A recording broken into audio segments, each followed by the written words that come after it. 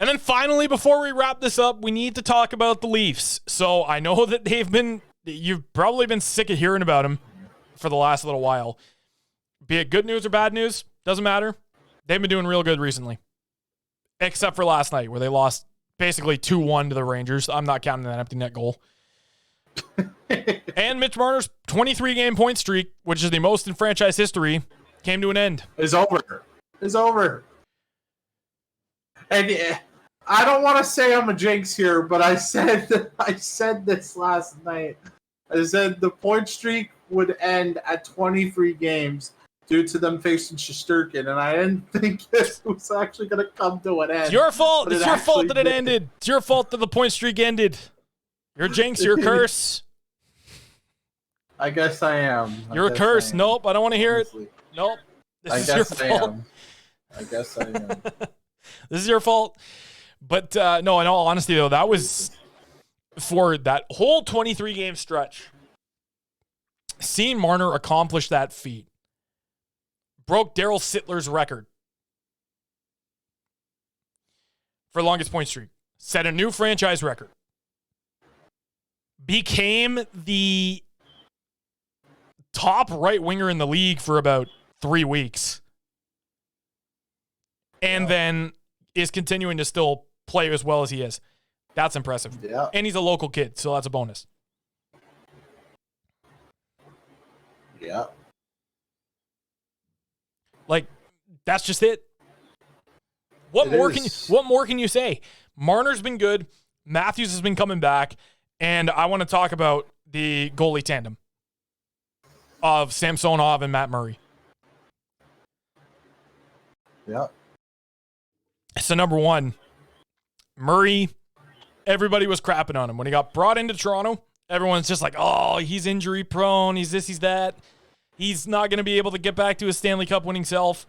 And then he had that game against Montreal. And then, he's injured again. Bite me. Oh, here we go again. He was ready to silence the doubters. He came in, gets injured, bite me. He says, screw you. He said, screw all you guys. I'm going to come back and have the best season of my career. Sure enough. Yes, he did. That's exactly what he's been doing, honestly. And you know what? Other than that one game against Tampa Bay, I mean, if you would have told me a few years ago that if Murray goes down with an injury, that we'd be okay because we have a solid backup, I would have laughed you off and said, we're not the Bruins here. We're not the Golden Knights. Exactly. Ilya Samsonov. And I am forever going to be laughing at the Washington Capitals for not re-signing him. It's so stupid. That has to be the biggest steal of a contract I have ever seen. The way that he's playing right now, he's going to be in contention for the Vezina. Murray's going to be in contention for the Vezina. And they're both going to win the Jennings. I'm going to say it right now. I don't think any of them are winning the Vezina. I never know. I honestly think there's one goalie right now that needs to win the Vezina trophy. His name is Connor Hellebuck. Yeah. That guy has been lights out this year. Oh, 100%. 239 goals against and a 927 save percentage. He has been having the season of his career. Exactly. And I mean, people have been saying the same thing about Linus Ullmark. Here's the thing. Linus Ullmark is not winning. I'm sorry, Bruins fans. Listen, I'm sorry, Bruins fans, but Linus Ullmark isn't winning crap. Let me just say this. When you play in front of a team that's got a stacked defense, of course you're going to do good. Because you're not facing many shots. Of course you're going to do good. Yeah, but exactly. Here's the thing. Murray and Samsonov, they each have had such great success so far in Toronto. I would not be surprised if one of them ends up a Vezina Trophy finalist. Now, I'm just going to go over Matt Murray's stats here. So, Matt Murray this season with the Toronto Maple Leafs, he has played 11 games, has a 7-2 record, 7-2-2 record, a 2.46 goals against and a 9.24 save percentage. Very good. And this year, Ilya Samsonov, listen to Samsonov's numbers. He's played 11 games this year. He's 9-2-0, right? 9 wins, 2 losses, no overtime losses. He's got a 170 goals against and a 939 save percentage. So he saved 90. For those of you who are not familiar with this stuff, he saved 93% of the shots that he's faced with the Leafs. Yeah, he's having a Vezina caliber year, despite the fact that he has only played 11 games. And keep in mind, he's a former first-round pick. He is a former first-round pick. Exactly, he is. And if you can get this out of him at 25 years old, imagine what he's going to look like in his prime in a couple of years down the road. If the Leafs do not re-sign Ilya Samsonov, I swear to God, I am going to go down to Maple Leaf Square and I am going to protest every single day until they re-sign him. This guy and Matt Murray are the reason why we're going to make it out of the first round this year and into the second round. I just want to point this out. Ilya Samsonov has the best save percentage in the entire National Hockey League right now. There you go. And with 10 games or more, at least. The most is Keith Kincaid with a 9.68, but he's only played 1 game. We don't talk about that.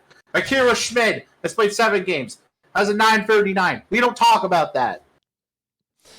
Now, I guess the big question is, with the team that we've got now, and I know you're probably sick and tired of hearing this because you've been asked this so often when we were talking. Yeah. With the team that we've got now, do you think this is the year that the Leafs finally break the curse and make it on to round 2? I mean, for facing Tampa Bay, hell no.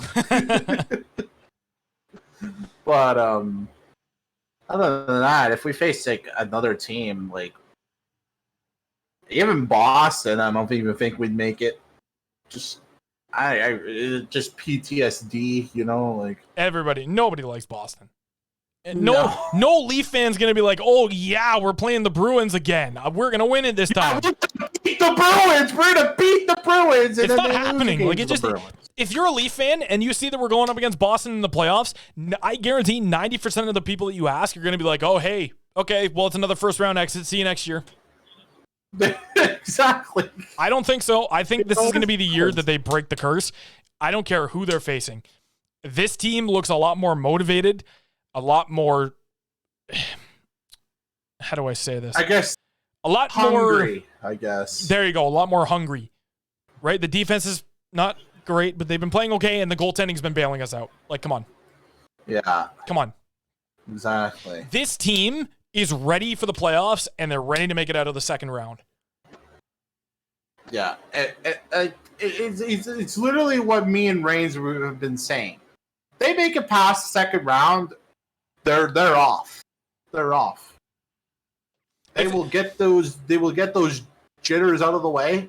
They will get those demons out of the way, and then they're off. They're off. And it's like we've been saying for a long time. And call us Leafs homers or whatever, the second that they win 1 cup, it's not just going to be 1. It's going to be 2 or 3. Mm-hmm. Because this is what we've been missing over the last few years. Focus, determination, and solid goaltending. It's been 54 long years. 55, man. 55 years. 55 years. Since the Toronto Maple Leafs won the Stanley Cup. It's been 55 years of failure. It's time to pass the torch along to the Philadelphia Flyers for longest Stanley Cup drought. It's time to pass the torch along. Enough's enough. Get We're to done. the Flyers. Let the Flyers fans suffer. Because honestly, with all due respect, screw the Flyers. Honestly, Philly fans are something else. Their team is, they started off good, now they're shaky, then they were good again, and now they're starting to crumble a little bit. I don't know what's going on with their team. I'm sorry, but Philly fans are the worst. I'm sorry. Not worse than care. Pittsburgh fans. They're classless. They're absolutely classless. The thing that this is just coming to we're getting to the point where we're just getting off topic and we're just roasting other teams. But the thing is, I know. when I think of Philadelphia fans, I think of when they were doing the memorial for Ed Snyder that night. Yeah. And they were given the bracelets. The Flyers were losing really bad. It was a stinker of a game. Yeah. They threw the bracelets on the ice, and I remember Wayne Simmons just signaling to the fans, stop throwing the bracelets. You shouldn't have to do that. Yeah, that's just like it's classless. And we've had our fair share of that happening too. The Leafs fans have thrown their remember we've thrown our jerseys on the ice. We've had paper bags over our heads. Remember that game against the Sharks where the guy threw his jersey and his phone was in his jersey? Those are the days that I don't want to remember. Oh no, we do not want to remember those days. That's what you want to try and forget. Now, yeah, exactly. Before we end this thing off, should we expect the Leafs to make a big trade before the deadline? No. I'm going to say it right now, no. Dubas is going to get some sort of former Sioux Greyhound. He's going to go after. He's going to call up Ron Hextall and be like, hey. He's going to be like, hey, Ronnie, what's going on? You want to give us Jeff Carter? Yeah, we'll take him. Former Sioux Greyhound. Just don't forget. Yep, exactly. He's going to somehow bring Wayne Gretzky out of retirement and be like, here, coach us. He's gonna call up Ron Hextall and bring it. He's gonna be like, "Hey, you want to give us Jeff Carter? Yeah, you retain 95% of his salary, and we'll take him." Exactly. Like it's gonna be interesting to say the least. But absolutely. I'm looking forward to what the Leafs have to do, and we'll see what they can do next.